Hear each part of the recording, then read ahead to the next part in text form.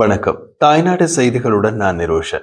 மாகாண சபை தேர்தல் குறித்து அரசியல் அரங்கில் பேசப்பட்டு வந்த விவாதங்கள் கடந்த சில வாரங்களாக வேகம் எடுக்க தொடங்கியுள்ளன.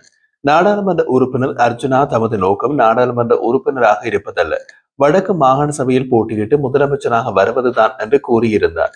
வரவிருக்கும் ஆண்டு முதல் காலாண்டுக்குள் தேர்தல் நடைபெறும் வாய்ப்புகள் அதிகரித்துள்ளதாக அரசியல் வட்டாரங்களில் தகவல்கள் வெளியாகியுள்ளன. இன்றைய நிலையில் தேர்தல் அறிவிக்கப்பட்டு அர்ஜுனா எம்பி மாகாண சபை தேர்தலில் போட்டியிட்டால் வெற்றி வாய்ப்பு எப்படி இருக்கும் என்பதை அவரே கணித்துள்ளார். யாழ்ப்பாணம் மாவட்டத்தில் அர்ஜுனாவுக்கு அதிக வாக்குகள் கிடைக்கும் என்பதில் சந்தேகமில்லை. ஆனால் வன்னி, மன்னார் மற்றும் வடக்கு மாகாணத்திற்குள் வருகின்றன. இந்த அடிப்படையில் தான் வாக்குகள் பிரியும் என்கின்றார் அர்ஜுனா எம்பி. அவரது கணிப்பீட்டை பார்ப்பதற்கு முதலில் ஒரு அடிப்படை விஷயத்தை பார்க்கலாம். கடந்த ஜனாதிபதி தேர்தலின் போது அப்போதைய வேட்பாளராக இருந்தும் தற்போதைய ஜனாதிபதியாக உள்ள அனுருகுமார திசாநாயக்க நாடாளுமன்ற, உள்ளூராட்சி மற்றும் மாகாண சபை தேர்தல்கள் அனைத்தும் சட்டப்படி நேரத்திற்கு நடைபெறும் என்று வாக்குறுதி அளித்திருந்தார். அதன்படி ஜனாதிபதியாக பதவியேற்ற பிறகு முதலில் நாடாளுமன்ற தேர்தல் நடத்தப்பட்டது. அந்த தேர்தலில் ஆளும் கட்சி பெரும்பான்மையான ஆதரவை பெற்று ஆட்சியினை தொடர்ந்து வந்தது. எனினும் சில அரசின் நடவடிக்கைகள் மற்றும் பொருளாதார நிர்வாக தடுமாற்றங்கள் காரணமாக உள்ளூராட்சி தேர்தலில் அரசாங்கம் எதிர்பார்த்த வெற்றியினை பெற முடியவில்லை.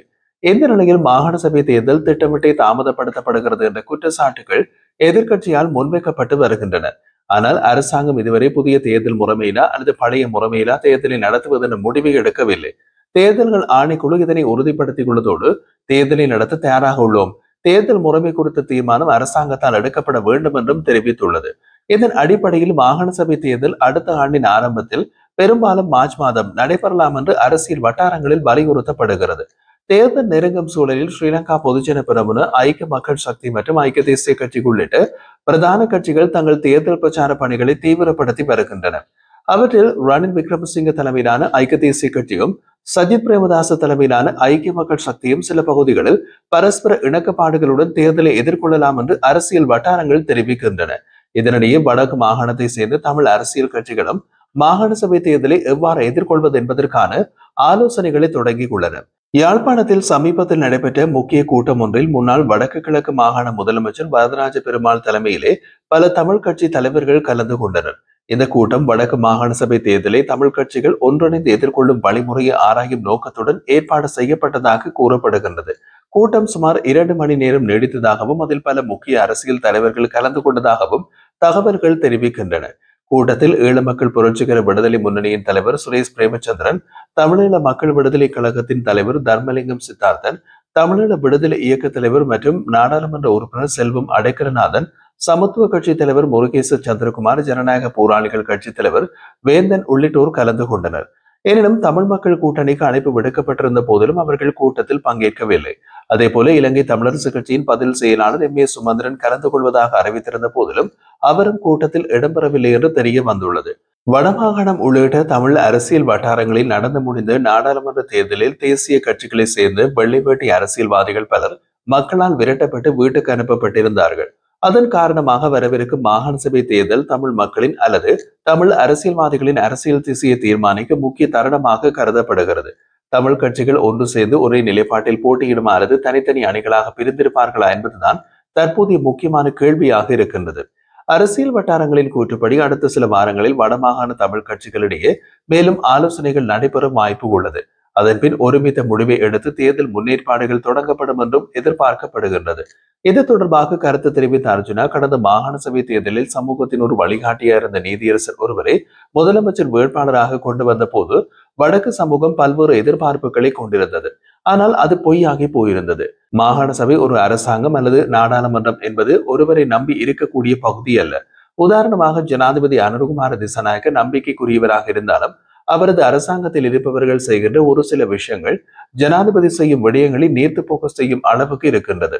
அதன் அடிப்படையில் அனுருகுமார திசாநாயக்க தற்போது தள்ளாடி வருவதாக குறிப்பிடும் அர்ஜுனா, கடந்த 1 வருடங்களில் ஆட்சிக்கு வந்து ஊழலை ஒழிப்போம் வந்தவர்கள் என்ன செய்தார்கள், நாட்டை எவ்வாறு முன்னேற்றினார்கள் என்ற கேள்வி எழுகின்றது. 1 வருடத்தில் நாட்டை முன்னேற்ற முடியாது என்பதை ஏற்றுக்கொண்டிருந்தாலும் அடுத்து வருகின்ற மாகாண சபை தேர்தலில் இவர்கள் நிலைத்து நிற்க வேண்டும் என்றால் அவர்களுடைய கட்சியில் இருப்பவர்களுடைய நடவடிக்கையை பார்த்தே மக்கள் வாக்களிப்பார்கள். அந்த நிலையிலேயே தள்ளாடுவதாக அர்ஜுனா குறிப்பிடுகிறார். இந்த நிலையில் வடமாகாண சபை சம்பந்தமான கருத்தை தெரிவித்த அர்ஜுனா, 5 மாவட்டங்களை உள்ளடக்கி வடக்கு மாகாண சபையிலே மன்னார் மாவட்டத்தை பொறுத்தவரைக்கும் சஜித் பிரேமதாசவின் கட்சி மேலோங்குவதற்கான வாய்ப்பு இருப்பதாக குறிப்பிடுகிறார். மன்னார் மாவட்டத்தை பொறுத்தவரைக்கும் பல்வேறு கட்சிகள் குறிப்பிட்ட வீத வாக்குகளை பெற்றாலும் சஜித் பிரேமதாச முன்னிறுத்துகின்ற வேட்பாளருக்கு முஸ்லிம் மக்கள் வாக்களிப்பதற்கான வாய்ப்புகள் அதிகம் என்பதன் அடிப்படையில் அந்த கட்சி முன்னேறுவதற்கான வாய்ப்பு இருப்பதாக குறிப்பிடுகிறார். தொடர்ந்து வவுனியா மாவட்டத்தில் சிங்கள பிரதேசத்தை பொறுத்தவரைக்கும் தேசிய மக்கள் சக்தி மற்றும் ஐக்கிய மக்கள் சக்தி போன்றன சமமான வாக்குகளை கொண்டிருந்தாலும் தொடர்ந்து வவுனியா மாவட்டத்தில் சிங்கள பிரதேசத்தை பொறுத்தவரைக்கும் தேசிய மக்கள் சக்தி மற்றும் ஐக்கிய மக்கள் சக்தி போன்றன சமமான வாக்குகளை கொண்டிருந்தாலும் தமிழ் பிரதேசங்களில் தமிழ் தேசிய கட்சிகளுக்கு குறிப்பிட்ட அளவு வாக்குகள் கிடைக்கலாம். எனவே இதன் அடிப்படையிலும் வாக்குகள் பலவாறு சிதறுவதாக வாய்ப்புகள் உண்டு. அடுத்து முல்லைத்தீவு பிரதேசத்தை பொறுத்தவரைக்கும் சஜித் பிரேமதாச பிரதிநிதித்துவப்படுத்தும் காதர் மஸ்தானுக்கான ஆதரவு காணப்படுவதோடு தேசிய மக்கள் சக்திக்கான அலை அடிக்கும். அதே நேரம் தமிழ் கட்சிகளுக்கான வாய்ப்புகளும் இருக்கின்றது. ஒரு சிலர் சுயேட்சையாக அங்கும் களம் இறங்கவும் வாய்ப்பு உள்ளது என்று அர்ச்சனா ஊகிக்கின்றார். அதே போல் நானும் போட்டியில் இறங்குவதால் அதனால் அங்கும் வாக்கு சிதறல் ஏற்படும். இன்னமும் முக்கியமாக யாழ்ப்பாணம் மற்றும் கிளிநொச்சி மாவட்டங்கள் மிக முக்கியமானவை.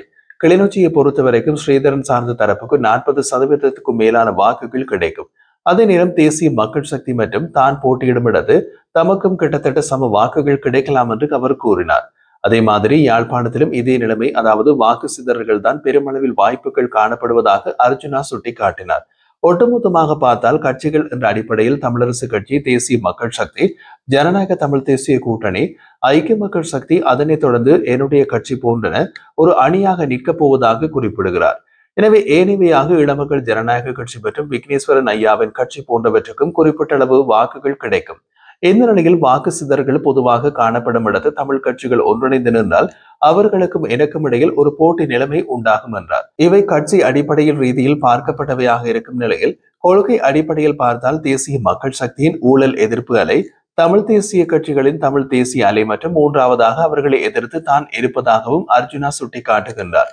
இவ்வாறான நிலைமையில் கொள்கை அடிப்படையை கொண்டு மக்கள் தமிழ் தேசியத்தை தெரிவு செய்வார்களா அல்லது அபிவிருத்திக்கு வாக்களிப்பார்களா அல்லது இரண்டு காலில் நிற்கும் எனக்கு வாக்களிப்பார்களா என்பது தமிழ் மக்களின் கைகளிலேயே உள்ளது. அர்ஜுனாவுக்கு வாக்களித்தால் அவர் தேவையில்லாத விடயங்களை கதைப்பார் என்பது ஒரு பிரச்சனை. அடுத்த பட்சம் தேசிய மக்கள் சக்திக்கு வாக்களித்தால் அபிவிருத்தி நடக்கும் என்று ஒரு சிலர் நம்பி வாக்களிக்கலாம். தொடர்ந்து தமிழ் தேசியத்தை இழக்கக்கூடாது என்பதை வலியுறுத்தி புலம்பெயர் தேசத்தில் இருப்பவர்கள் வழங்கும் வாக்குறுதி நம்பி குறிப்பிட்ட ஒரு சதவீதம் பேர் ஒரு தமிழ் தேசிய கட்சிக்கு வாக்களித்து வெற்றி பெற வைக்கலாம். அதன்படி அர்ச்சனா மேலும் தெரிவிக்கையில் எது எப்படியோ கட்சி ரீதியாகவோ கொள்கை ரீதியாகவோ சரி வாக்குகள் சிதறும் என்பது வெளிப்படையான விடயம். இந்த நிலையில் எனக்கு எதிராக புலம்பெயர் தேசத்தில் இருக்கும் ஒரு சில குழுக்கள் அர்ச்சனாவை வீழ்த்த வேண்டும் என்ற ஒரு எண்ணத்தில் மற்றும் ஒரு நீதிபதியை வேட்பாளர் ஆக்கலாம் என்ற எண்ணத்தில் களமிறங்கக்கூடும். அவ்வாறு இருந்தாலும் நீதிபதி அரசியலில் நியாயமாகவும் சரியாகவும் இருப்பார் என்று சொல்ல முடியாது. காரணம், குறித்த நீதிபதி பிரதிநிதித்துவப்படுத்தும் கட்சி நிலைப்பாடுகளுக்கு இணங்கிய செல்ல வேண்டிய கட்டாயம் ஏற்படும் என்கின்றார் அர்ஜுனா. எனவே ஏற்கனவே ஒரு நீதிபதியுடன் உடனான அனுபவம் தமிழ் மக்களுக்கு உண்டு.